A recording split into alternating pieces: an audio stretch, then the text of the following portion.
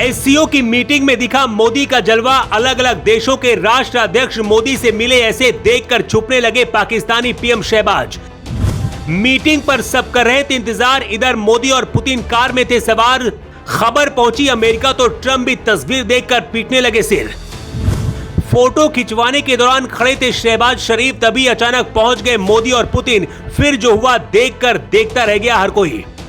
मोदी जब चीन के राष्ट्रपति जिनपिंग से मिलते हैं तो सिर्फ हाथ मिलाते हैं, लेकिन जब पुतिन से मिलते हैं तो पुतिन और मोदी एक दूसरे से हाथ नहीं बल्कि गले मिलते हैं। इसके बाद एससीओ की मीटिंग में आए बाकी राष्ट्राध्यक्षों से भी मोदी मिलते हैं, लेकिन इस दौरान पाकिस्तान के पीएम शहबाज शरीफ को सीधा मोदी इग्नोर कर देते हैं। इसके बाद पूरी मीटिंग के दौरान शहबाज शरीफ मोदी से छिपते रहे।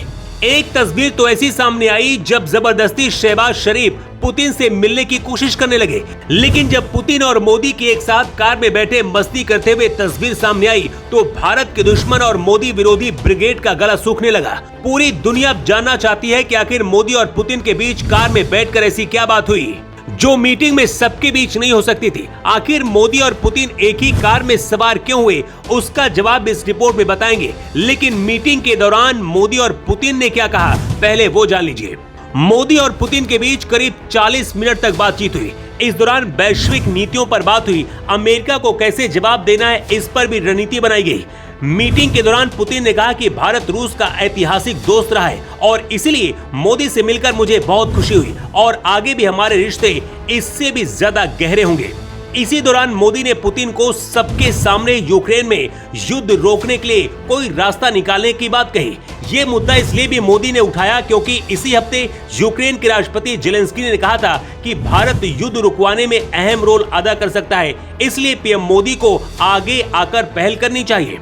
एससीओ मीटिंग के दौरान शहबाज शरीफ के सामने जब मोदी ने कहा कि आतंकवाद को पूरी तरह से हमें मिलकर खत्म करना होगा तो पाकिस्तानी पीएम इधर उधर देखने लगे।